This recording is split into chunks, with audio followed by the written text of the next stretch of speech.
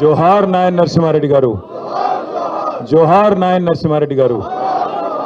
పెద్దలు, మాన్యులు, తెలంగాణ రాష్ట్రం ఏర్పడ్డ తర్వాత మొట్టమొదటి హోంశాఖ మంత్రివర్యులు, అదేవిధంగా కేసీఆర్ గారి నాయకత్వంలో దాదాపు 22 ఏళ్ల పాటు నిర్విరామంగా ఒక పెద్దన్నలాగా కేసీఆర్ గారికి ఎప్పటికప్పుడు అండగా ఉంటూ ధైర్యాన్ని నూరిపోస్తూ, ఎప్పుడన్నా చిన్న చిన్న ఎదురు దెబ్బలు, చిన్న చిన్న అపజయాలు ఎదురున్నప్పుడు కూడా మీరు ధైర్యంగా కొట్లాడాలి, మీ ఎంబడ మేమందరం ఉన్నామని చెప్పి ఎల్లవేళలా ఒక బలాన్ని ఇస్తూ నడిపించిన మంచి మనిషి. చిన్నపిల్లాడి మనస్తత్వం, ఎప్పుడు చూసినా ఎప్పుడు కలిసినా నవ్వుతూ, అంటే తాను దాదాపుగా 7-10 వయసులో పడ్డాక కూడా ఒక చిన్నపిల్లాడిలాగా నిష్కల్మషంగా ఎన్నడు కలిసినా ఎక్కడ కలిసినా మరి చిన్నపిల్లలతో పిల్లల్లాగా కలిసిపోయి ఒక మంచి మనస్తత్వం ఉన్న నాయకుడు. చూడడానికి వస్తాదులాగా మరి పెద్దగా కనబడ్డా మనసు మాత్రం వెన్నలాంటి మనసు కలిగిన నాయకుడు నాయని నరసింహారెడ్డి గారి 85వ జయంతి ఈరోజు తెలంగాణ భవన్లో ఇంతమంది వారి మిత్రులు, వారి అభిమానులు, వారి సహచరుల సమక్షంలో జరుపుకోవడం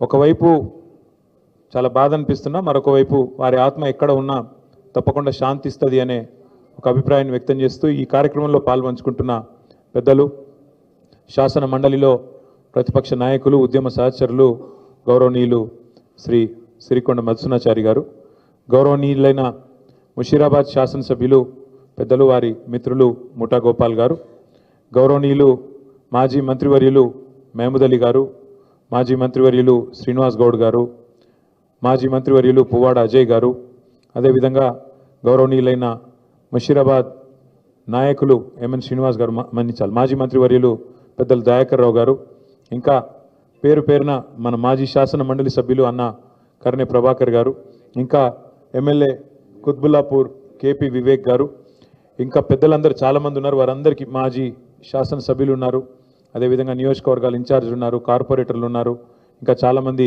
మాజీ కార్పొరేషన్ల చైర్మన్లు ఉన్నారు. అదేవిధంగా మన నాయన్ నరసింహారెడ్డి గారి కుటుంబ సభ్యులు, వారి కుమారుడు నాయని దేవేందర్ రెడ్డి గారు, అదేవిధంగా వారి అల్లుడు సోదరుడు మాజీ కార్పొరేటర్ శ్రీనివాస్ రెడ్డి గారు, ఇంకా మిత్రులు పేరు పేరున అందరికీ నమస్కారం. నాయన్ నరసింహారెడ్డి గారి గురించి ఒకటి కాదు రెండుగా చాలా విషయాలు చెప్పాలంటే, వివరంగా చెప్పాలంటే చాలా ఉన్నాయి. వారితో పాటు కేసుల్లో కూడా మేము కలిసి తిరిగేది, రైల్వే కేసుల్లో, తర్వాత ఉద్యమ కేసుల్లో వారు, నేను, అదేవిధంగా పద్మారావు గారు, ఇంకా కొంతమంది మేము మౌలాలి రైల్వే స్టేషన్లో రైలు రోకోలు చేసినప్పుడు, ఉప్పల్లో రాస్తా రోకోలు చేసినప్పుడు, ఉస్మానియా యూనివర్సిటీ కాడ మాణికేశ్వరి నగర్ బస్తీ కాడ గొడవ పోయినప్పుడు మా మీద రకరకాల కేసులు అప్పటి కాంగ్రెస్ ప్రభుత్వం పెట్టింది. సో ఆ కేసుల చుట్టూ తిరుగుతున్నప్పుడు మన ప్రభుత్వం వచ్చిన తర్వాత వారు హోంమంత్రిగా ఉన్నారు. నేను ఒకరోజు అడిగిన, అన్న ఎత్తే రాదే, మీరే హోంమంత్రి, మరి మీరు ఎత్తైపోతే ఇంకెవరు ఎత్తేయాలి మా మీద అంటే, వెంటనే డీజీపీని పిలిచి కేసీఆర్ గారు చెప్పినారు, వెంటనే అన్ని కేసులు ఎత్తేయాలని చెప్పి అన్ని కేసులు, ఉద్యమ కేసులు ఆ రోజు వెంటనే సమీక్షా సమావేశం పెట్టి వారే ఎవరి మీదనైతే కాంగ్రెస్ ప్రభుత్వం ఆనాడు కేసులు పెట్టిందో, ఎవరినైతే ఇబ్బంది పెట్టే ప్రయత్నం చేసిందో ఉద్యమంలో, వారే హోంశాఖ మంత్రిగా మొత్తం ఉద్యమకారులందరి మీద కూడా కేసులు ఎత్తేసే విధంగా వారికి ఆ బాధ్యత అప్పచెప్పింది పెద్దలు కేసీఆర్ గారు. అట్లాగే నాయన్ నరసింహారెడ్డి గారు కార్మిక పక్షపాతి. నేను ఇండస్ట్రీస్ మినిస్టర్గా ఉంటే వారు కార్మిక మంత్రిగా ఉండే, కొంతకాలం కార్మికులు హోంమంత్రిగా ఉన్నా కూడా కార్మికుల ఇష్యూలు తీసుకొని వచ్చేది వారు. నీకెందుకే ఇవన్నీ అంటే, అరే నేను ఎదిగిందే వాళ్ళతోని, కార్మికులే నన్ను లీడర్ చేసిండ్రు, నేను విఎస్టీ నుంచి మొదలు పెడితే ఎన్నో దానిలా నేను కార్మిక సంఘంలోకి వెళ్ళి వచ్చినోడిని, సోషలిస్ట్ నాయకుడిని, నాకెందుకంటవేంది నువ్వు అని చెప్పి లొల్లిపెట్టి, ఎట్టి పరిస్థితుల్లో కార్మికులను పరిశ్రమలు, యాజమాన్యాలు ఎక్స్ప్లాయిట్ చేయొద్దు, వాళ్ళ పొట్టగొట్టద్దు, శ్రమ దోపిడీ జరగద్దు అని గట్టిగా జీవితాంతం కొట్లాడిన నాయకుడు కార్మిక పక్షపాతి పెద్దలు నరసింహారెడ్డి గారు. వారి గురించి, వారి యొక్క కమిట్మెంట్ గురించి చెప్పాలంటే, వారు సంపాదించింది పేరు, డబ్బు సంపాదించకపోవచ్చు కానీ పేరు మాత్రం అపారంగా సంపాదించారు. ఎంత పేరు ఎట్లా వస్తుందంటే మనిషికి జీవితంలో, నాకు బాగా గుర్తుంది, నేను పెద్దలు కేసీఆర్ గారితో పాటు ఢిల్లీలో ఉన్నా, 2005వ సంవత్సరమో 6వ సంవత్సరమో కరెక్ట్గా గుర్తులేదు. ఆ రోజు ఇక్కడ కాంగ్రెస్ పార్టీ ఇంకా తెలంగాణలో మనకు తెలంగాణ రాష్ట్రం ఇచ్చే పరిస్థితి లేదు. ఉమ్మడి ఆంధ్రప్రదేశ్లో మన వాళ్ళు ఏదైతే ప్రభుత్వంలో 6 మంత్రులు ఉన్నారో అందులో నరసింహారెడ్డి గారిని ప్రత్యేకంగా అప్పటి ముఖ్యమంత్రి రాజశేఖర రెడ్డి గారు కడప జిల్లాకే ఇన్ఛార్జ్ మంత్రి చేసుకున్నాడు ఆయన. మా జిల్లా, నా సొంత జిల్లా, ముఖ్యమంత్రి జిల్లాకి మీరే ఇన్ఛార్జ్ మినిస్టర్ ఉండాలని చెప్పి ఆయన ఇన్ఛార్జ్ మినిస్టర్గా కూడా రాజశేఖర రెడ్డి గారు నియమించుకున్నారు. అంత ప్రాధాన్యత ఇచ్చేది ఆయన కూడా. అయితే నాయన నరసింహారెడ్డి గారు ఆనాడు అమెరికా టూర్లో ఉన్నారు.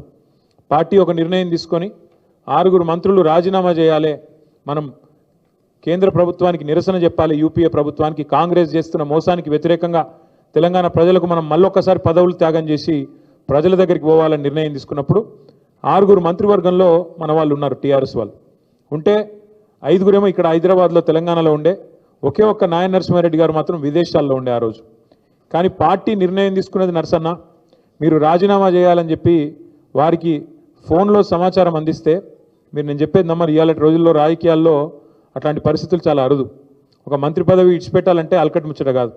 అట్లాంటిది నరసింహారెడ్డి గారు అక్కడ, మనం ఇక్కడ అర్ధరాత్రి ఫోన్ చేస్తే సొంత దస్తూరితోని, ఆడ అది కూడా లేకుండా, కంప్యూటర్ లేకుండా, ఇంకోటి లేకుండా, సొంత దస్తూరితో తెలుగులో నేను నా మంత్రి పదవికి రాజీనామా చేస్తున్నా అని స్వదస్తూరితో చేతిరాతతో రాసి ఎక్కడికి పంపించాలి నేనని చెప్పి ఆ హోటల్లో ఫ్యాక్స్ మెషిన్ ఉంటే ఆ ఫ్యాక్స్ మెషిన్ పట్టుకొని రాజ్భవన్కు, ముఖ్యమంత్రికి ఇద్దరికి వెంటనే ఫ్యాక్స్ చేసి మన పార్టీ ఆఫీస్కి ఇంకొక కాపీ ఫ్యాక్స్ చేసి, అన్నా నువ్వు చెప్పినావు, కేసీఆర్ గారికి ఫోన్ చేసి అన్నా నువ్వు చెప్పినావు, ఇగో నేను 5 నిమిషాల్లో రాజీనామా చేసినా అని చెప్పి అమెరికాలో ఉంటే కూడా వెంటనే 5 సెకండ్లు కూడా ఆలోచించకుండా మంత్రి పదవిని అట్లా తీసి పారేసిండు నాయన నరసింహారెడ్డి గారు. అంటే అంత గొప్ప వ్యక్తి. సోషలిస్ట్ ఉద్యమంలో, కార్మిక ఉద్యమంలో, తెలంగాణ ఉద్యమంలో ఒక ఉద్యమ నాయకుడిగా, ఒక ఉద్యమ బిడ్డగా ఎదిగిన వ్యక్తి నాయన నరసింహారెడ్డి గారు. ఆనాడు 2001 సంవత్సరంలో పార్టీ పెట్టిన తర్వాత హైదరాబాద్లో మేయర్ ఎన్నికలు కొట్లాడాలన్నప్పుడు, జిహెచ్ఎంసీ కార్పొరేషన్ ఎన్నిక కొట్లాడాలన్నప్పుడు నేనున్నా కదా మీకు ఎందుకు అని చెప్పి ముందుకు వచ్చి పెద్దలు కేసీఆర్ గారికి ఆ రోజు మేయర్ అభ్యర్థిగా కూడా నిలబడి, ఆ రోజు ఇంకా మన పార్టీ ఇక్కడ బలంగా లేదు హైదరాబాద్లో, కానీ ఆ ప్రతికూల పరిస్థితిలో కూడా నేనున్నా అని ముందుకు వచ్చిన నాయకుడు నరసింహారెడ్డి గారు.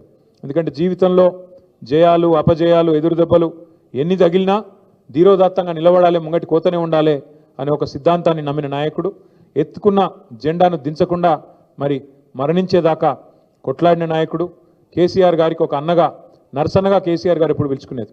ఎక్కడనో నరసన్న అంటే ఆయన వచ్చి ధైర్యం చెప్పే మాటలు, అట్లా కాదన్నా ఇట్లా మస్తుగా చూసినాం, ఇవన్నీ జరుగుతూనే ఉంటాయి, ఎప్పటికప్పుడు ధైర్యం చెప్పేది. అట్లా ఎన్నో గొప్ప అనుభవాలు పెద్దలు కేసీఆర్ గారికి, వారికి ఒక సొంత అన్నదమ్ముల మాదిరిగా కలిసిమెలిసి ఉన్న పరిస్థితి. ఇవాళ వారు మన మధ్యన లేకపోవడం బాధాకరమైన విషయం అయినప్పటికీ, మరి వారి పేరున మనము ఏదైతే ఆర్టీసీ ఎక్స్ రోడ్లో ఒక బ్రహ్మాండమైన స్టీల్ బ్రిడ్జ్ కట్టుకున్నామో, కేసీఆర్ గారే చెప్పారు స్వయంగా, ఖచ్చితంగా దానికి నాయన నరసింహారెడ్డి గారి పేరు పెట్టండి అని చెప్పి ఆ బ్రిడ్జికి కూడా పెట్టుకొని వారి పేరు ముషీరాబాద్ నియోజకవర్గంలో కానీ హైదరాబాద్ ప్రజలకు కానీ శాశ్వతంగా గుర్తుండిపోయే విధంగా ఒక ఉక్కు మనిషికి ఉక్కు బ్రిడ్జి ఆయన పేరు పెట్టడం సముచితంగా ఉంటుందని చెప్పి ఆ స్టీల్ బ్రిడ్జికి కూడా వారి పేరు పెట్టుకున్నాం. అట్లాగే వారి కుటుంబానికి కూడా పార్టీ ఖచ్చితంగా అండగా ఉంటుంది. వారు దేవేందర్ రెడ్డి గారు కానీ, శ్రీనివాస్ రెడ్డి గారు కానీ, వారి కుటుంబ సభ్యులు కానీ కరోనా సమయంలో ఎంత ఇబ్బంది పడ్డారో, ఎంత తల్లడిల్లినారో మా అందరికీ కూడా తెలుసు. ఆరోగ్యపరమైన సమస్యలు, నరసింహారెడ్డి గారు వారి సతీమణి వరుసగా మరి ఇబ్బందులు పాలు కావడం, ఇవన్నీ కూడా ఆ కుటుంబాన్ని కొంత మనోవేదనకు గురి చేసినాయి. కానీ తప్పకుండా ఒక సోదరుడిలాగా దేవేందర్ రెడ్డి గారికి, శ్రీనివాస్ రెడ్డి గారికి అండగా ఉంటాం.